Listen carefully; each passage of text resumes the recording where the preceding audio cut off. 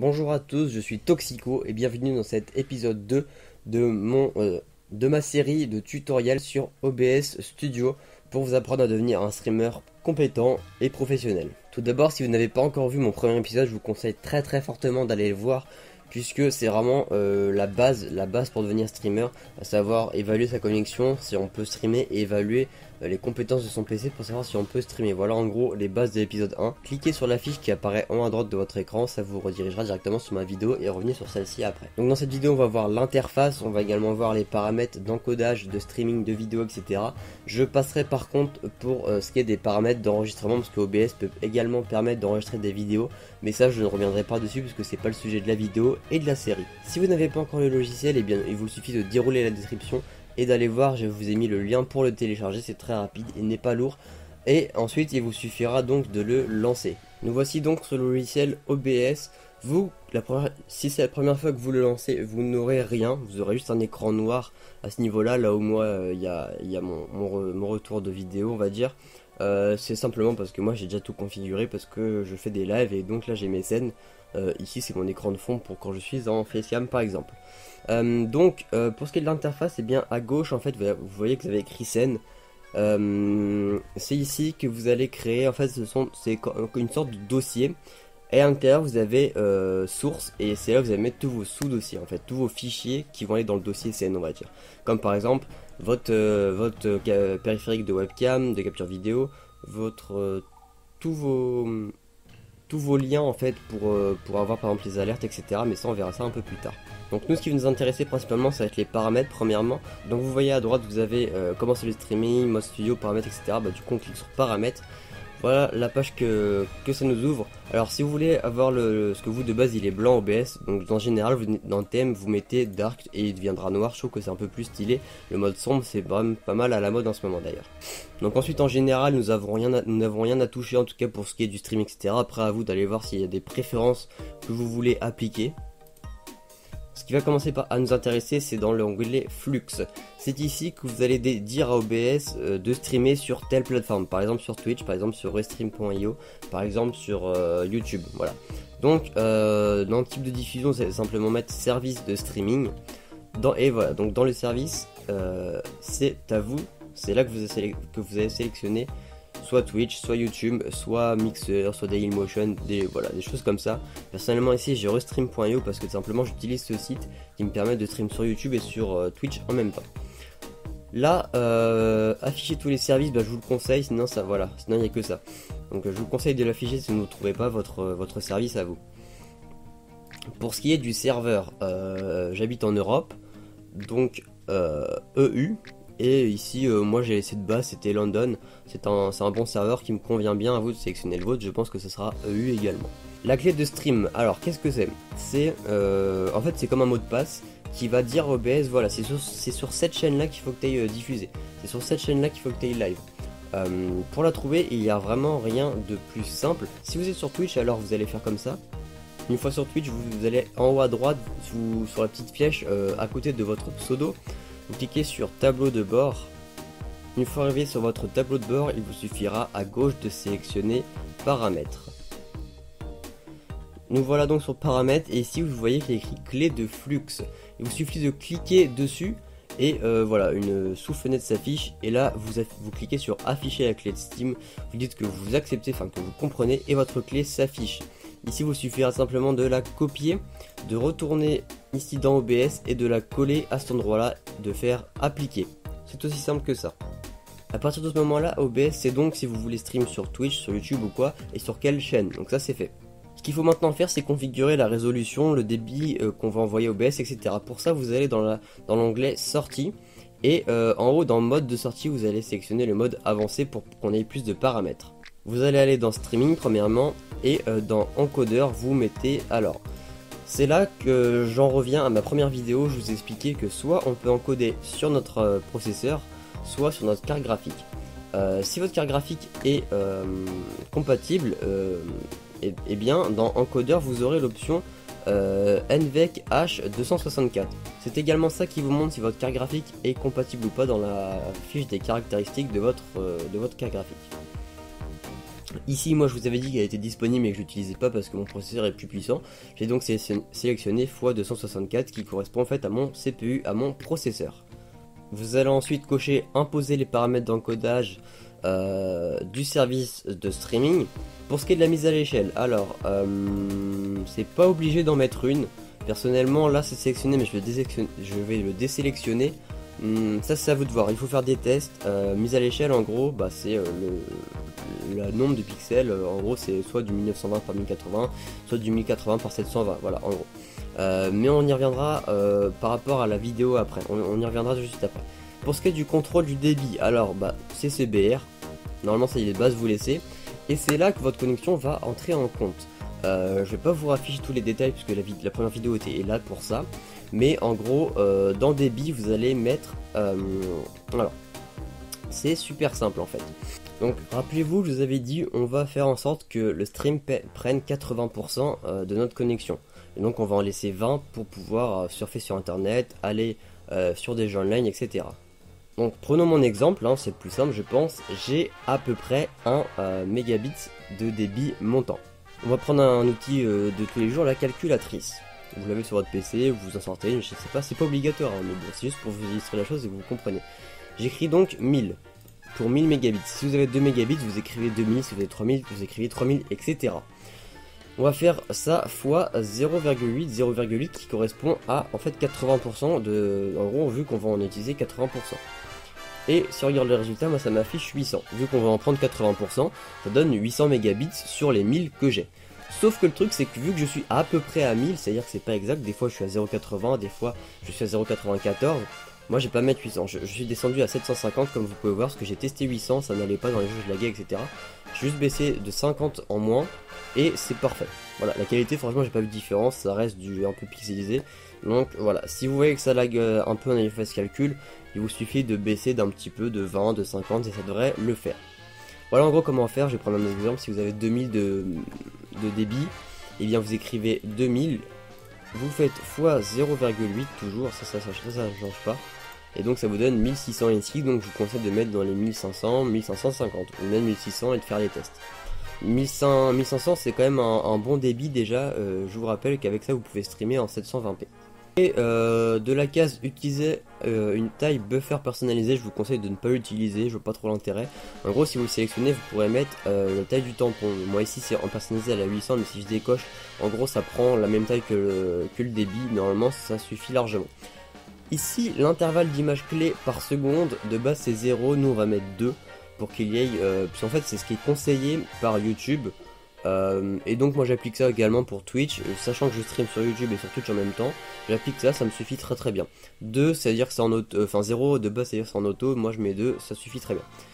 Alors ici c'est là que va rentrer en compte la puissance de votre carte graphique ou alors de votre CPU. Personnellement comme je vous ai dit j'ai mis ça sur le CPU, donc x264 et là-haut. Là pour les réglages prédéfinis du CPU, du CPU, ici pour les réglages prédéfinis du CPU, voilà, vous avez plein de choses. Sachant que ultra fast c'est le plus bas possible, que placebo c'est le plus haut possible. Je me rends même pas compte quelle puissance ça donne, j'en sais rien, moi je reste sur du faster. Ça dépend de quel i7, enfin de quel processeur vous avez, tout simplement. Si vous avez un processeur qui est vraiment puissant, vous pouvez descendre vers le bas. Même avec un i7 de dernière génération, déjà mettez-vous en fast, et si vous voyez que vous laguez un peu, vous avez des pertes de FPS dans les jeux, remontez sur du faster. Personnellement faster avec un i7 4790 c'est ce qu'il me faut. Ensuite dans le profil moi j'ai mis height, donc le plus élevé. Si vous avez pareil pas beaucoup de puissance, mettez bassline. Si vous avez un processeur qui est moyen, vous mettez main, et c'est un processeur puissant élevé, vous pouvez mettre height. Ce que je conseille c'est d'essayer en main, de voir si c'est ok. Si c'est ok, vous pouvez passer sur du height. Dans régler, bah, vous ne mettez rien, voilà, ça ne sert à rien. Et dans option x264, eh bien vous ne mettez rien non plus. Vous faites ensuite appliquer et on va passer à l'audio. Pour ce qui est de l'audio, du débit audio, donc on va juste paramétrer sur la piste 1, hein, le reste on s'en fiche. De toute façon vous avez plein d'options, mais c'est soit du 64, soit du 128. Sachez que si vous aviez un débit entre on va dire les 1 et les 2, il faut mettre du 64. Si vous avez au-dessus, vous pouvez mettre du 168, il n'y a aucun problème. Parce que le débit audio va également prendre dans votre connexion pour être envoyé sur le service de streaming évidemment comme la vidéo. Donc plus c'est faible, moins ça prend, plus c'est élevé, plus ça va prendre évidemment. Donc c'est pour ça que le débit montant joue également son rôle là-dedans. Voilà, donc pour ce qui est de sortir, on en a fini, vous pouvez faire appliquer et on va passer à la vidéo. Voilà donc dans l'onglet vidéo, le tout premier truc que l'on aperçoit c'est résolution de base. Alors la résolution de base, vous allez simplement mettre, alors normalement elle est bien mise, celle de votre écran. J'ai un écran basique, c'est-à-dire que c'est du 1920 par du 1080. Sinon vous avez le choix entre 1080 1024 pour les écrans un peu spéciaux et sinon du 1080 par 720p. Je pense qu'à peu près tout le monde c'est soit 1920 par 1080 soit du 1280 par du 720. Sachez que vous pouvez également mettre une résolution personnalisée en cliquant, en sélectionnant, voilà, vous pouvez écrire la résolution que vous voulez. La mise à si jamais vous voulez une résolution qui est mise à l'échelle en sortie, donc c'est-à-dire ce qui va être affiché, donc c'est-à-dire que ça sera pas vraiment ce que vous voyez vous sur votre écran, ça sera mis à l'échelle, ça sera plus petit, ça sera croppé. Vous pouvez également avec des échelles vraiment beaucoup plus petites qui vont jusqu'à du 740 par du 360, alors là c'est extrême.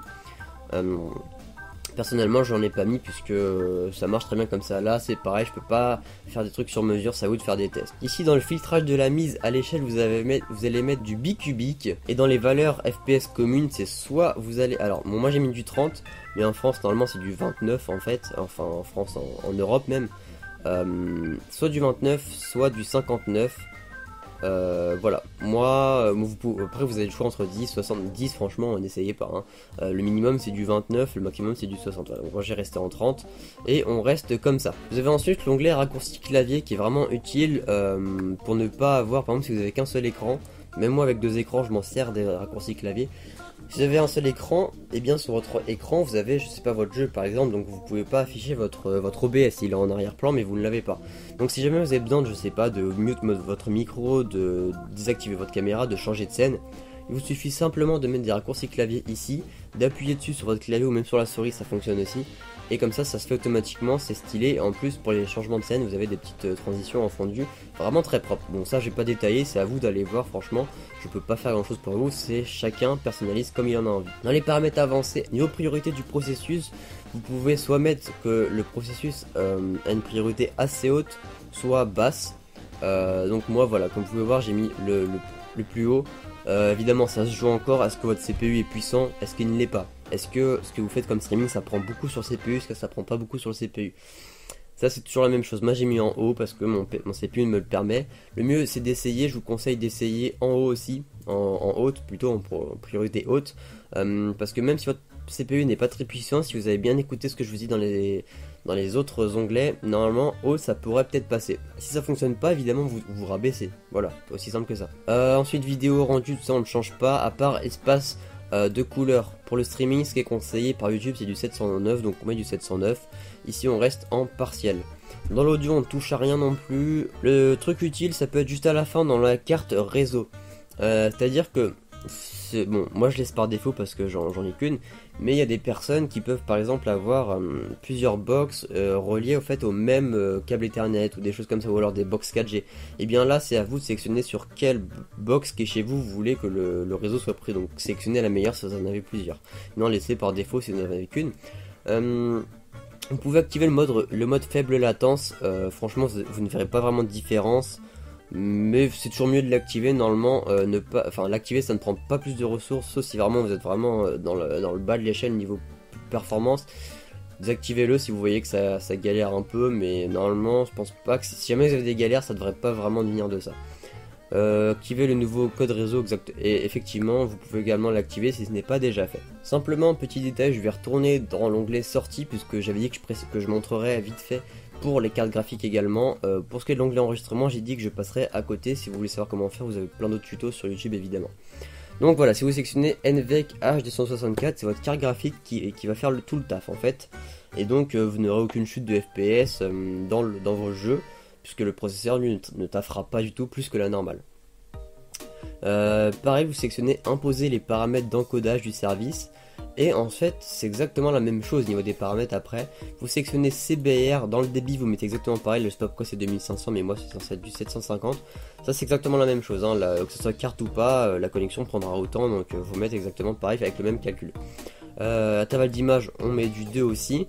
Les pré-réglages, alors c'est ça qui change, c'est qu'on peut sélectionner en plus encore une autre qualité. En gros ça correspond en fait à l'ultra fast, au faster du CPU, mais ici c'est un peu plus explicite on va dire, puisqu'en gros le ultra fast sur le CPU correspondait à une qualité assez basse mais à une consommation assez basse. Là le défaut correspond à une qualité assez basse et une consommation assez basse. Après vous avez carrément de la qualité Blu-ray. Moi ce que je vous conseille c'est une haute alors voilà c'est ça, c'est que ici soit vous sélectionnez de la haute qualité, soit une haute performance. Haute performance ça veut dire que votre carte graphique vous laisse de la performance pour vos jeux, pour utiliser votre PC. Haute qualité ça prend beaucoup plus de performance, mais ça donne beaucoup plus de qualité au streaming. Vous avez donc aussi une qualité Blu-ray, donc là c'est vraiment niveau détail on est bon quoi, mais là faut voir la carte graphique et la connexion qui suit évidemment. Vous pouvez aussi faire une faible latence, ça je pense pas que ça marche vraiment beaucoup. Dans tous les cas la latence il n'y a pas vraiment de truc magique en fait, c'est votre connexion, elle est bonne ou pas, plus elle est mauvaise évidemment plus il y a de latence, mais même si vous avez une connexion super bonne il y aura forcément un petit peu de latence. On peut pas vraiment y remédier, même en sélectionnant plein d'options comme ça, en soi on peut pas y remédier, ça paraît assez normal quand même. Après on peut sélectionner d'avoir une faible latence tout en ayant une haute qualité. Ça c'est assez buggé, je vous le conseille vraiment pas, parce que avoir une faible latence mais en même temps avoir de la qualité c'est quasiment pas possible. C'est ça qu'il faut bien comprendre, c'est que la latence on peut la diminuer un petit peu mais au dépit de la qualité. Franchement mettez de la meilleure qualité, c'est amplement mieux je pense. Pour ce qui est du profil vous mettez pareil, sauf que là vous avez height, main, baseline comme tout à l'heure. Essayez avec du main et avoir le niveau, je vous conseille de laisser en auto. Franchement laisser en auto ça sert à rien d'aller trifouiller à ça. Limite si jamais vous voulez y toucher ça sera du 5.1. Utilisez un codage double passe vous laissez, GPU vous laissez à 0 et biframe à 2, ça on ne touche pas, appliqué et c'est fait. Il nous reste un onglet qu'on n'a pas fait, c'est l'onglet audio. Dans la fréquence d'échantillonnage il faudra que vous mettiez du 44,1 Hz, normalement ça y est déjà de base. Dans le canot évidemment c'est du stéréo, on est en 2017, je crois même pas que ça existe encore le mono. Périphérique audio de bureau, vous mettez votre casque, du moins de là où sort le son de votre PC en général quand vous l'utilisez normalement. Moi personnellement c'est mon casque. Pour le périphérique audio du bureau 2, moi c'est désactivé parce qu'en fait vous pouvez alors ça c'est un peu spécial en fait. Faut avoir un logiciel ou alors genre une table de mixage, ça peut être compris là-dedans dans périphérique audio 2 etc. Périphérique micro auxiliaire, vous mettrez votre micro de base exactement pareil. Alors moi ici c'est celui-ci. Voilà exactement pareil, vous mettrez votre micro basique en fait. Pour le reste vous ne touchez à rien, c'est tout de base, tout à zéro, tout désélectionné, on n'en a pas grand chose à faire. Pour finir je vais simplement vous montrer vite fait, si vous voulez par exemple je sais pas, simplement streamer votre jeu, vraiment à la base je vais vous montrer. Vous sélectionnez, vous créez une nouvelle scène ici qu'on va appeler je sais pas par exemple la scène de gaming. Donc si voilà vous avez rien, c'est comme ça que vous tombez de base. Là vous faites un plus, vous cliquez droit, ajouter, ici on va sélectionner une capture de jeu. Voilà qu'on va appeler Minecraft, c'est vraiment un exemple hein. Ici dans le mode vous allez mettre capturer une fenêtre spécifique, voilà, et donc là comme ça vous allez pouvoir sélectionner précisément quelle fenêtre va capturer. Donc vous sélectionnez par exemple votre Minecraft dans le cas de l'exemple. Vous pouvez également éventuellement tout à la fin cocher capturer les surcouches tierces comme Steam par exemple. En gros vous voyez si vous êtes sur Steam vous faites Shift Tab, et bien vous avez un petit overlay qui s'affiche avec votre liste d'amis, votre chat etc. Et bien si vous voulez que ça soit apparent sur le live, personnellement je désactive parce que je vois pas trop l'intérêt, c'est un peu privé en fait, c'est nos amis, c'est notre chat. Si vous voulez que ça soit activé, vous pouvez. Ça fonctionne également pour le Shift F2 de Uplay et pour l'overlay Discord, c'est comme ça qu'on fait pour pouvoir l'afficher à l'écran. Enfin pour ce menu de capture de jeu, je vous conseille de sélectionner compatibilité multi-adaptateur. Ça permet de, s'il y a des bugs, en résoudre certains, parce que des fois il y a des petits bugs de compatibilité avec certains, par exemple avec Minecraft, je sais plus, ça commence à dater, il y avait eu des bugs, et ça résolvait pas mal de problèmes. C'est valable pour pas mal d'autres jeux, ça peut régler quelques problèmes d'affichage. Enfin je vous conseille de faire clic droit dessus, transformer et adapter à l'écran si jamais votre scène, vous avez des bandes noires au-dessus ou sur les côtés. faites adapter à l'écran, ça me met à l'échelle à 1920 par 1080, plus que moi c'est les paramètres que j'ai mis tout à l'heure. Et voilà, tout votre écran est entièrement rempli. Voilà donc pour ce deuxième épisode de cette série de tutos sur comment devenir un streamer pro. J'espère que je vous ai appris à configurer ce logiciel plus en détail. Sachez que ces paramètres sont vraiment très bons. Il suffit juste de les adapter à votre configuration, à votre connexion et à vos possibilités évidemment. Mais vraiment les bases sont là, il suffit juste de bien écouter ce que je dis et de l'adapter à votre situation. Vous devriez être pas mal. Et encore une fois, faites pas mal, vraiment, c'est ça qui est super important, il faut faire des tests. C'est vraiment super important de faire des tests, c'est à vous un petit peu après d'aller trifouiller. Ça c'est vraiment les paramètres quand même spécifiques mais en même temps de base qu'il vous suffit de trifouiller, de modifier à votre guise, à votre sauce pour que ce soit adapté à vous. Ça ne sert à rien de copier précisément les paramètres d'un pote ou même de moi-même à la lettre puisque ça ne sera forcément pas adapté, votre PC on n'a pas la même machine, on n'a pas la même connexion, etc. Sur ce, j'espère que ça vous a plu, si c'est le cas dites-le moi et puis lâchez un énorme pouce bleu s'il vous plaît pour soutenir la série. Prenez soin de vous, salut!